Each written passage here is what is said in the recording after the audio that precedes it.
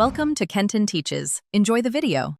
In this video, I will explain how to replace the battery in your Infiniti Q50 key fob.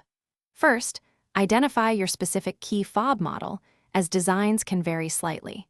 You will need a small flathead screwdriver and a new CR2032 coin cell battery.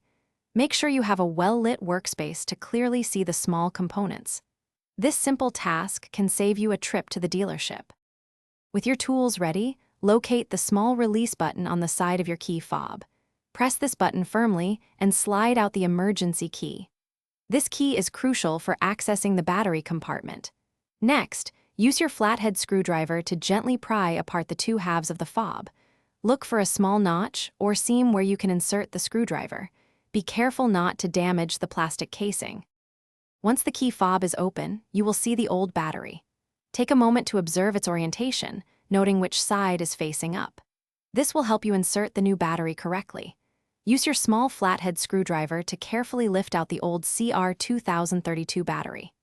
Now, take your new CR2032 battery and insert it into the compartment with the positive side, usually marked with a plus sign, facing upwards. Ensure it sits securely. After inserting the new battery, carefully align the two halves of your key fob and gently snap them back together until you hear a click. Reinsert the emergency key back into its slot on the side of the fob.